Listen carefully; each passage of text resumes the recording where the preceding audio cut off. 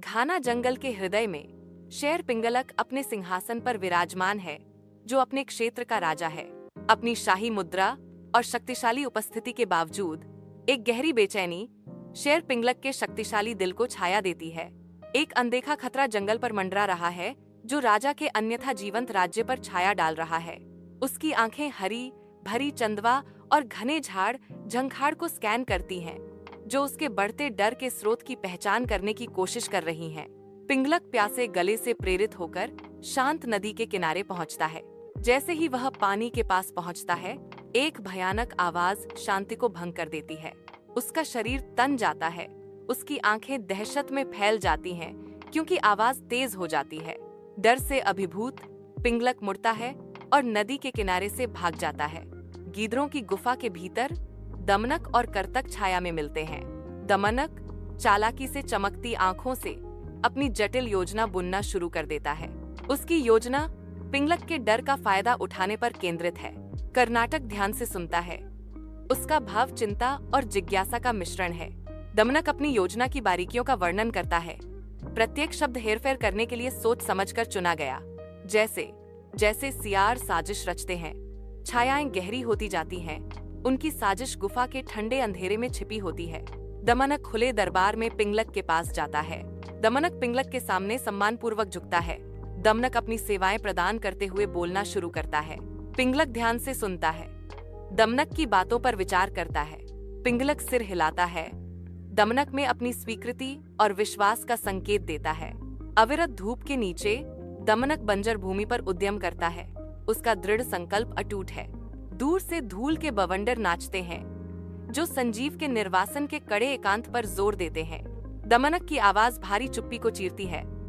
संजीव, मुझे तुमसे बात करनी है। यह पिंगलक के बारे में है। दमनक धोखे की शुरुआत करता है। पिंगलक के खिलाफ एक विश्वासघाती योजना शुरू करता है। वह सूक्ष्म रूप से संदेह के बीज बोता है। संजीव को सावधानी से चुने गए शब्दों से हेरफेर करता है। दमनक के झूठ एक भ्रामक जाल बुनते हैं। संजीविका को पिंगलक के साथ एक भाग्यशाली पुनर्मिलन की तलाश करने के लिए मनाते हैं। विशाल आकाश के नीचे संजीविका और पिंगलका सावधानी से एक दूसरे के पास आते हैं। सूर्य लंबी छाया फैलाता है, प्रत्याशा के रंगों में अदालत को रंगता है, क्योंकि वे दूरी कम करते हैं। शेर के दरबार के केंद्र में मिलने पर उनके बीच एक मौन स्वीकृति होती है। वे जल्दी ही अच्छे दोस्त बन जाते हैं। एक बंधन सहजता से बनता है, जो उनके चारों ओर नाचने वाली छायाओं का विरोध करता है। सुनहरी रोशनी में दोस्ती खिलती है, उज्जवल दिनों का वादा करती है। घने जंगल में पिंगलक और संजीवक एक दूसरे के बगल में टहलते हैं। उनकी आवाजें पेड़ों से गूंजती हैं। उनकी दोस्ती दमनक के बिल्कुल विपरीत है, जो अंधेरे में छिपा रहता है। उसकी आंखें ईर्ष्या से जल रही हैं। जंगल की सुंदरता दमनक के भीतर पनप रहे गहरे भावों को छिपाती है। घातक खतरे से अनजान पिंगलक और संजीव अपनी बेफिक्र चाल जारी रखते हैं। उनकी हंसी जंगल की विशालता में खो जाती है। टिमटिमाती मशाल की रोशनी अंधेरी गुफा की नम दीवारों पर नाचती है। हर झिलमिलाहट के साथ छायाएं मुड़ती हैं। दमनक छाया में बैठा है।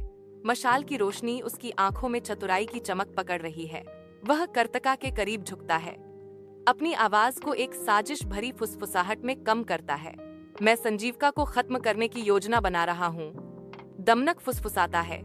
उसके शब्द गुफा की शांत हवा में लटके हुए हैं। शाही शेर के दरबार में दमनक शक्तिशाली पिंगलक के पास जाता है। उसके दिल में धोखे का तूफान आ रहा है। एक सर्प की जीभ से दमनक झूठ का जाल बुनता है, संजीविका को निशाना बनाता है। झूठी तात्कालिकता से भरे स्वर में दमनक विश्वासघाती शब्द फुसफुसाता है। संजीविका आपको मारना चाहता है। पिंगलक ध्यान से सुनता है। उसकी शाही मुद्रा के भीतर अशांति का कोई संकेत नहीं है, क्योंकि दमनक के झूठ जड़ें जमाते हैं। दमनक के शब्दों का भार हवा में भारी है, जो एक बार सामंजस्यपूर्ण दरबार पर छाया डालता है। पिंगलक को पता नहीं था, दमनक की धोखेबाजी एक दुखद पतन का मंच तैयार करती है, जो खुद को वफादारी के रूप में छिपाती है। घने जंगल में दमनक चुपके से संजीविका के पास जाता है। दमनक करीब आता है। संजीव के करीब आते ही उसका भाव गंभीर हो जाता है। गंभीर तात्कालिकता के साथ दमनक चेतावनी देता है, पिंगलक आपको मारना चाहता है। दमनक के शब्दों का भार नम जंगल की हवा में भारी है। शेर के दरबार के खुले आसमान के नीचे पिंगलक और संजीव ने एक भयंकर विवाद में लड़ाई लड़ी। जैसे ही हर कोई दूसरे के इरादों पर सवाल उठाता है, अविश्वास के साथ हवा भारी हो जाती है। संदेह उनके एक बार के दृढ़ बंधन को कुतरना शुरू कर देता है, उनके निर्णय को दूषित करता है। शेर का दरबार, जो कभी उनकी एकता का प्रतीक था, अब उनके टूटते गठबंधन की अशांति से गूंजता है। जंगल के हृदय में पिंगलक और संजीव का एक भयंकर लड़ाई में शामिल होते हैं। उनकी हरकतें आक्रामकता का एक बवंडर हैं। जंगल उनकी लड़ाई की आवाजों से गूंजता है, जो कच्ची ताकत और निराशा का एक सिम्फनी है। उनके हथियारों की प्रत्येक टक्कर पेड़ों से गूंजती है। उनके संघर्ष की तीव्रता स्पष्ट है। जैसे ही वे घूंसे मारते हैं, हवा तनाव से भर जाती है। उनका दृढ़ संकल्प अडिग रहता है। युद्ध अपने चरम पर पहुंचता है। एक महत्वपूर्ण क्षण जहां भाग्य दांव पर लगा है। यह वर्णन एक गंभीर मोड़ को चिह्नित करता है। युद्ध एक घातक प्रहार में परिणत होता है। पिंगलक शेर के दरबार में अकेला खड़ा है, गहरा दुख लिए। संजीव के दुखद अंत पर विचार करते हुए दुख उसे अभिभूत कर देता है। अफसोस पिंगलक को कुतरना शुरू कर देता है, जो उसकी घातक गलती की एक स्पष्ट याद दिलाता है। उसकी गलती का बोझ पिंगलक को कुचल देता है। उसकी मुद्रा पूरी निराशा को दर्शाती है। सियार की गुफा के भीतर दमनक और कर्णक मिलते हैं। उनकी आकृतियां मंद प्रकाश में मुश्किल से दिखाई देती हैं। जैसे ही दमनक बोलना शुरू करता है, हवा एक शांत प्रत्याशा से भर जाती है। उसकी आंखें विजय के साथ चमक रही हैं। उनकी गुप्त बैठक का भार भारी है, क्योंकि कर्णक ध्यान से सुनता है। उसका भाव पढ़ा नहीं जा सकता। दमनक अपनी हालिया जीत की चमक में नहाया हुआ है। उसकी सफलता की गूंज गुफा जैसे विशाल स्थान में गूंज रही है। मंद प्रकाश दमनक के चेहरे की रूपरेखा को उजागर करता है, जो उसे प्रेरित करने वाली चालाकी और महत्वाकांक्षा पर प्रकाश डालता है। सियार की गुफा के हृदय में दमनक की विजय एक लंबी छाया डालती है, जिसके निहितार्थ अभी तक पूरी तरह से प्रकट नहीं हुए हैं। शाही शेर के दरबार में पिंगलक अपने दरबारियों को इकट्ठा करता है। उसकी उपस्थिति ध्यान आकर्षित करती है। पिंगलक बोलना शुरू करता है। उसकी आवाज अधिकार के साथ गूंजती है। वह अविश्वास के खतरों से आगाह करता है। उसके शब्द हवा में भारीपन लिए हुए हैं। पिंगलक रुक जाता है। उसकी निगाहें अपने दरबारियों के चेहरों पर घूमती हैं।